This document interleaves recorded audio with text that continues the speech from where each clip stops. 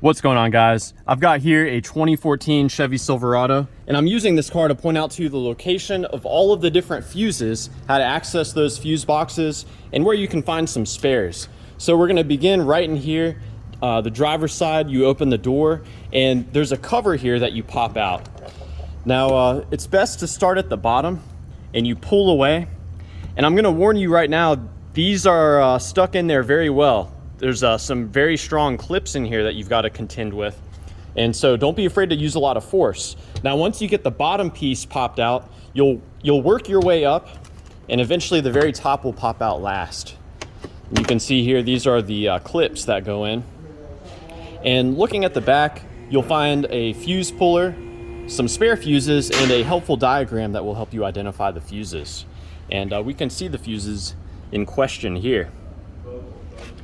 Now, when you go to reinstall this, you have to slide in this back corner against the trim and then hinge it forward, and it will just pop in like so. Now, moving on, we're gonna go under the hood. This is where we can find the main fuse box, and there's also a number of relays here as well.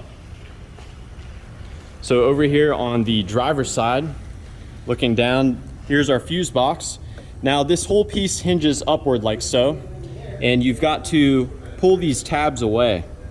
So there's two tabs here, one there and one right here.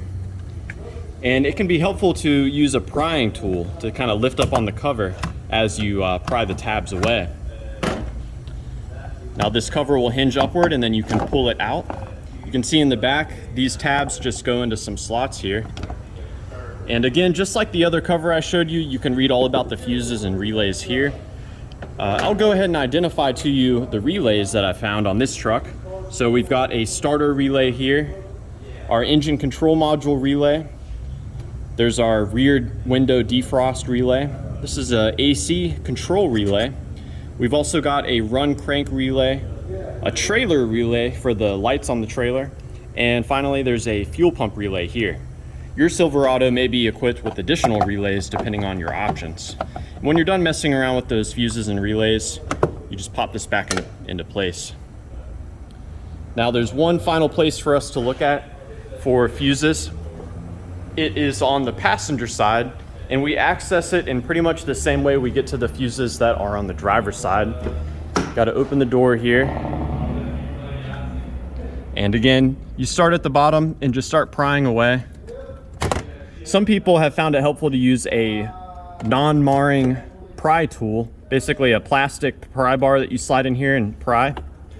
And we've got this trim piece off. Again, there's some fuses identified on the back here, and we can see the fuses here. So that's that.